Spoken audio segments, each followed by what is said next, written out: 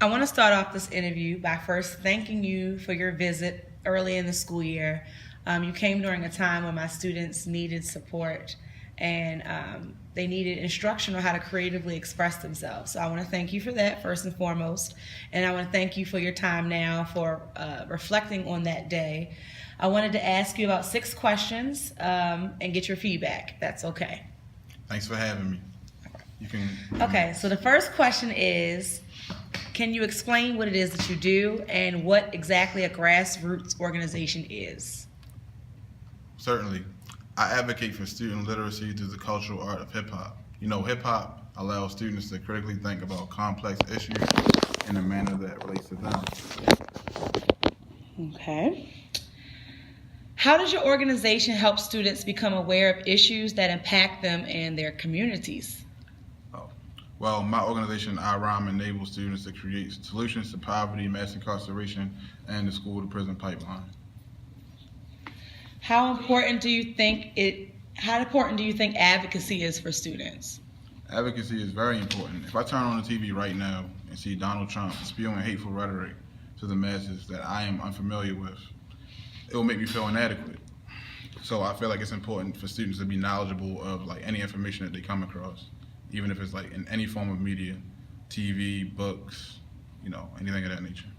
Okay.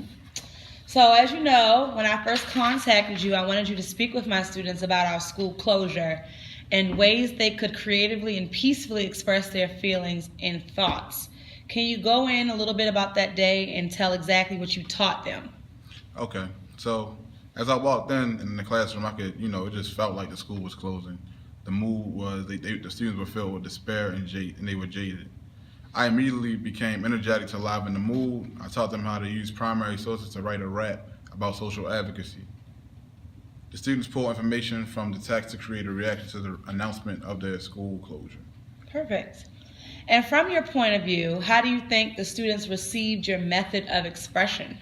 Well, through my lens of viewpoint, the students were very engaged. They asked me questions about how they could advocate against the closing of Friendship Academy. The most important questions, however, were how could they write letters to the school board and how could they protest against the school closure. Very good. So my last question for you is, were there any questions, comments, or memorable moments from my students that impressed you the most?